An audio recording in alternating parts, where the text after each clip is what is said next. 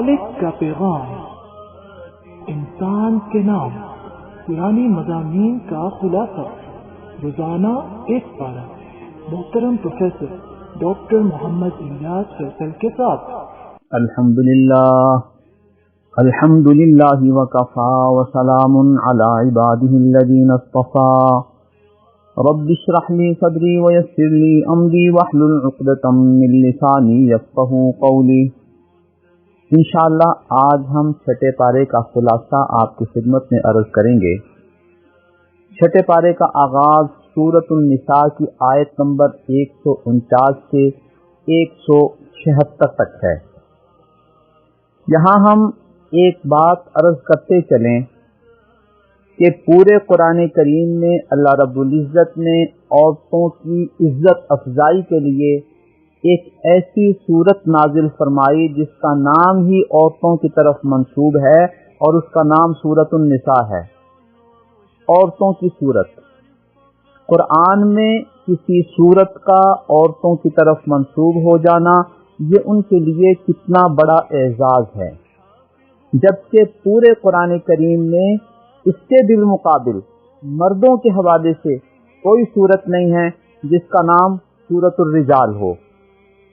اس سے واضح ہوتا ہے کہ اسلام نے، قرآن نے عورتوں کو کتنا مقام دیا ہے، کتنی عزت دی ہے۔ چھٹے پارے کا آغاز آیت نمبر 149 سے ہو رہا ہے۔ اس میں اللہ رب العزت ہمیں یہ تعلیم دیتے ہیں کہ معاشرے کی ناپسندیدہ باتوں کا تذکرہ زیادہ نہ کیا کریں۔ وہ ناپسندیدہ باتیں گھریلو زندگی سے تعلق رکھتی ہوں، خاندانی سلسلے سے تعلق رکھتی ہوں، تو آپس میں گھریلو سطح پہ، خاندانی سطح پہ ایسی باتوں کو زیادہ نہ پھیلایا جائے۔